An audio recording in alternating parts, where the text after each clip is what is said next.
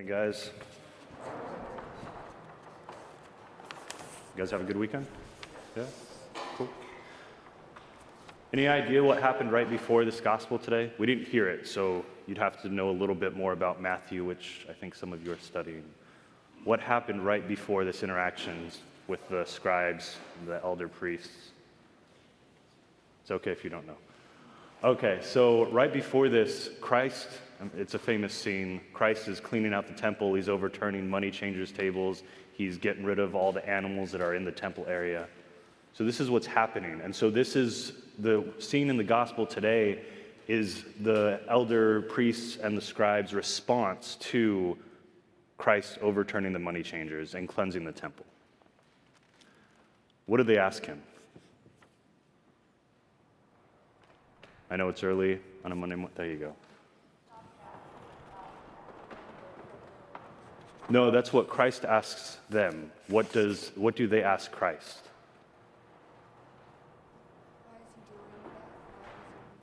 Why is he doing it? By what authority did you do these things? Whose authority do you have that you're allowed to overturn money changer tables and do anything in this temple? Where does he get this authority from? God. Yeah. It's Jesus Christ has this authority from God. God has given Christ all authority. And because of this, Christ knows the will of the Father. And he does the will of the Father. And so him overturning the money changer tables was really Christ doing the will of the Father. Throughout the gospel, Christ has given us a few, let's call them rules to live by. What are these rules? You guys should know them. They're actually pretty easy. Yeah. Say that one more. Treat others the way you want to be treated. What else? There's a lot of them. 10 Commandments, yeah. All those are in there. We got to follow those. Come on, you guys know them. I know it's early. I'm sorry. I got to ask questions to keep you awake. The Beatitudes, yeah. There's two big ones. Corporal works of mercy, those are good. But there's two big ones. Yes, what are they?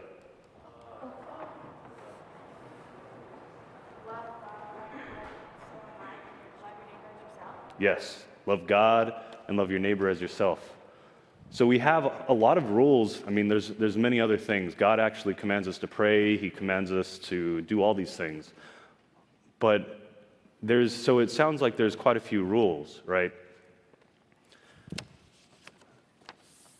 Do you guys have rules at home? What are random rules at home? Whether you like them or not, what are the rules at home? What do you guys got? Anything? No rules at home? You guys are just in a lawless society? This is amazing.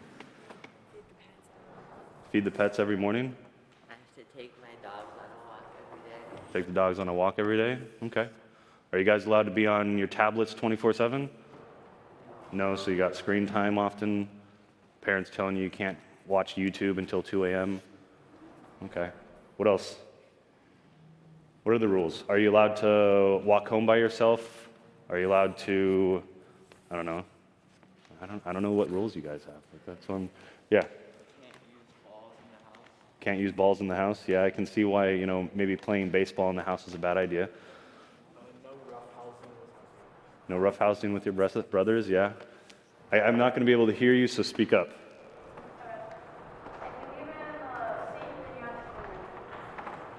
I still can't hear you. Sorry. Say it one more time.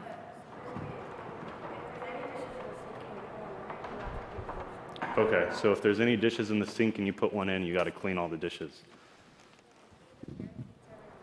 Feed the parakeets every morning. No shoes past the mudroom. Homework done before you do electronics? Okay. Yeah, so, all right, one more. No what in the house? Cleats? Okay, yeah. All right, so why do your parents have rules for you? Any idea? So that to reduce the amount of chaos in the life of the household, yeah, that's part of it. What else? To keep you safe, to protect you. What do you got? Show authority. I mean, they're exercising their authority. I hope they're not giving you rules just to show that they're in charge, but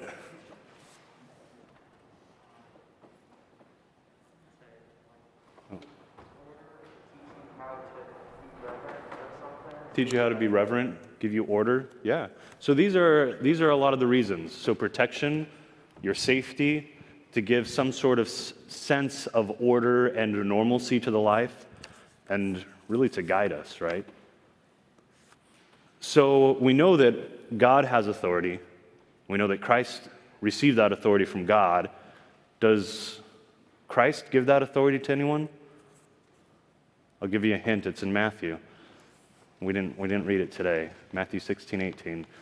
I forget what class, was it 7th grade or 8th grade? I was talking about my favorite passage in Matthew, 7th grade. So 7th graders should know it if they remember it at all.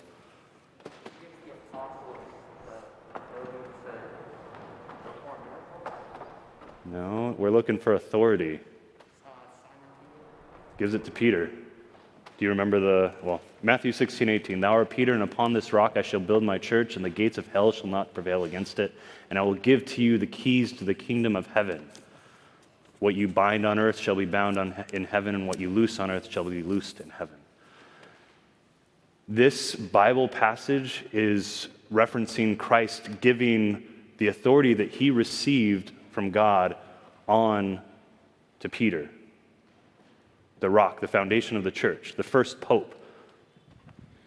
And so we also have, in addition to all the commands and rules that God has set down for us, the church, after reflecting on the entirety of the gospel, has given us clarity, I guess you could say, in the form of more rules, but always for our goodness, for our happiness, for our health, and for our protection, our safety, to help guide us closer to our Lord.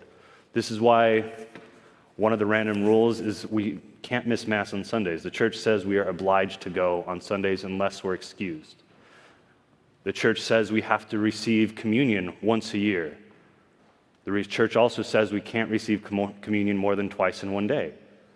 There's reasons for all of these, and it sounds like a lot, and maybe they are, but that's beside the point.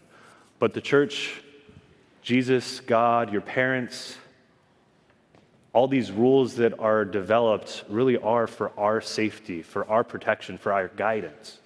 And so to submit ourselves to the authority, really the authority of God, because God gives the authority to Jesus, who gave the authority to the church, who effectively passes on that authority for our spiritual being to our parents. And so all of these rules that exist come back to the authority of God and who has authority. We can either, this Advent, cleanse the temple like Jesus Christ did, cleanse all of this animosity towards the authorities that God have put over us, or we cannot, and let all that crud build up inside of our hearts, inside of our souls, and then just kind of be unhappy. It's up to us, though. Do we want to cleanse the temple with Christ or not? I think I had a really good ending, but I can't remember it. It's Monday morning. I'm tired just like you guys are, so I'm going to end there.